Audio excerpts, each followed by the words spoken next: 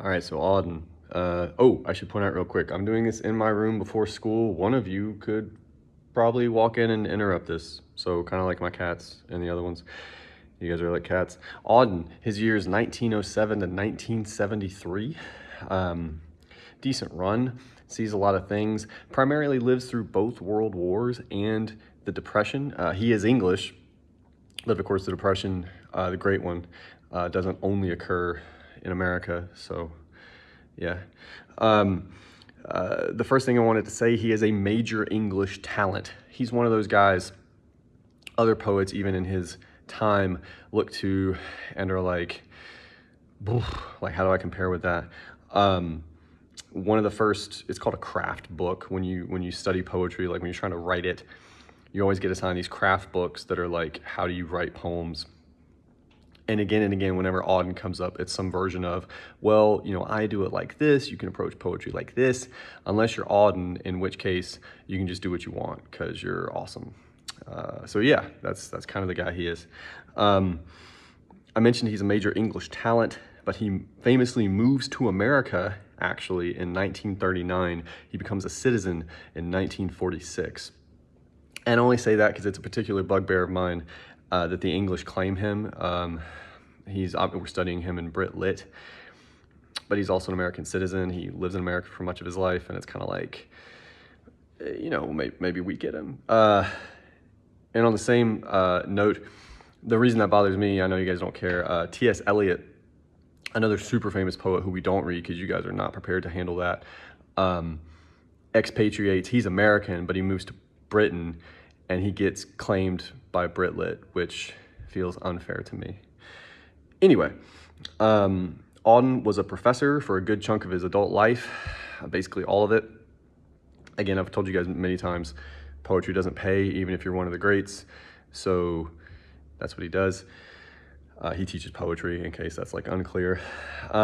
He does move between America and Europe throughout his life for all kinds of reasons. He teaches at various colleges, teaches at Oxford at one point.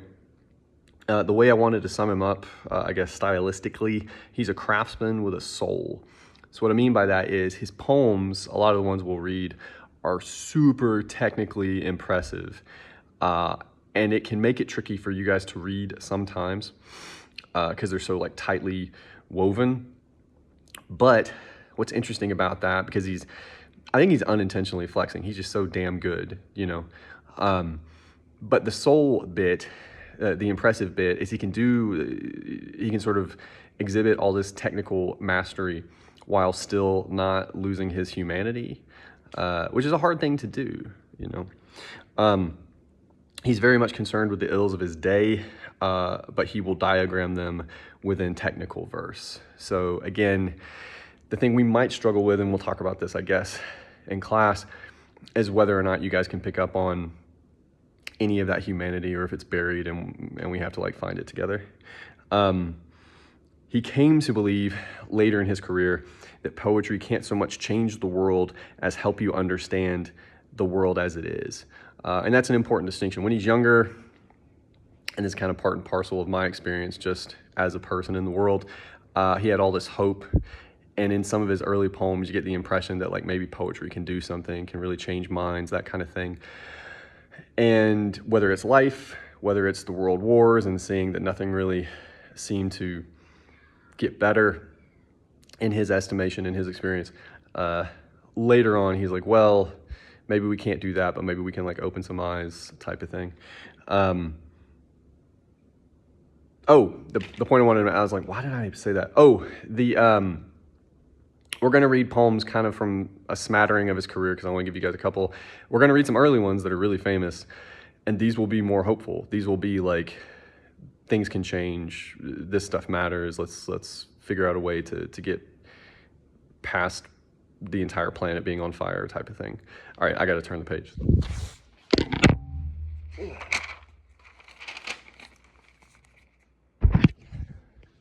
Oh, all right. The other way I would put it, and all this kind of ties together, you could also think of Auden as high art posed colloquially.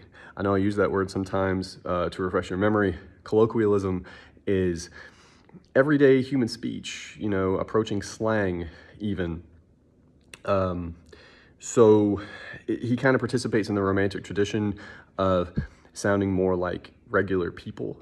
But again, the way those words are put together, constructed on the page, is anything but normal, and you'll see that pretty quickly. But the word choice and some of the structures are interestingly average. It's maybe we'll talk about it. It's neat. Let me see. His aims are, I said grander in my notes, like larger than the Romantics, because the Romantics have grand designs, but oftentimes with like a Wordsworth or a Coleridge, it feels like a one-to-one exchange, like a guy just talking to you. And Auden feels that way, but I guess maybe the subject matter, a lot of the time, they're focused on themselves and just like a human being's experience in the world. Auden will do that, but there's almost always this subtext of, yeah, but how does this human experience maybe apply to the entire world? He's always weirdly kind of talking to or about humanity in a somehow kind of personal way. I mentioned late in his career as another note, he moves away from the prophetic and toward the everyday. What I mean by that is that's another way to think about this sort of exchanging of perspectives he has, where he's like, maybe prophetic means prophecy, like, or prophet. And you could argue early in his career, the way he's talking sort of to the world with an eye toward changing it would be akin to almost like a religious figure. Not, I mean, again, please don't misunderstand. He's not saying he's like God or anything, but he's trying to get people to really listen. He moves really far away from that, and he gets more into just what does it mean to be a person and go about things that we take for granted. And again, this is kind of that romantic mode of celebrating, like saying anything and everything can be worth celebrating and worth appreciating. His later career is marked with this transition. Finally, and I would imagine this is at least one of the, I'm going to say whatever reasons why the Brits say they can take Auden and we can't, the last year of his life, he actually moves back to England and lives there until he dies. So, anyway, I hope you enjoy Auden. Again, he can be tricky, at least at first. Kind of stay with it. Musée des Beaux-Arts, especially, it's one of the short ones. I think you can get a hold of that one. It's an ekphrasis. If you don't know what that means, and if you're inclined to care, you can look it up. But that poem is about a painting, and you can look up the painting, and that might help you picture it. So, and we're definitely going to talk about that poem. So if you can only get a hold of one, that'd be a good one to start with. But they're all great, and he's a personal favorite. So yeah, there you go.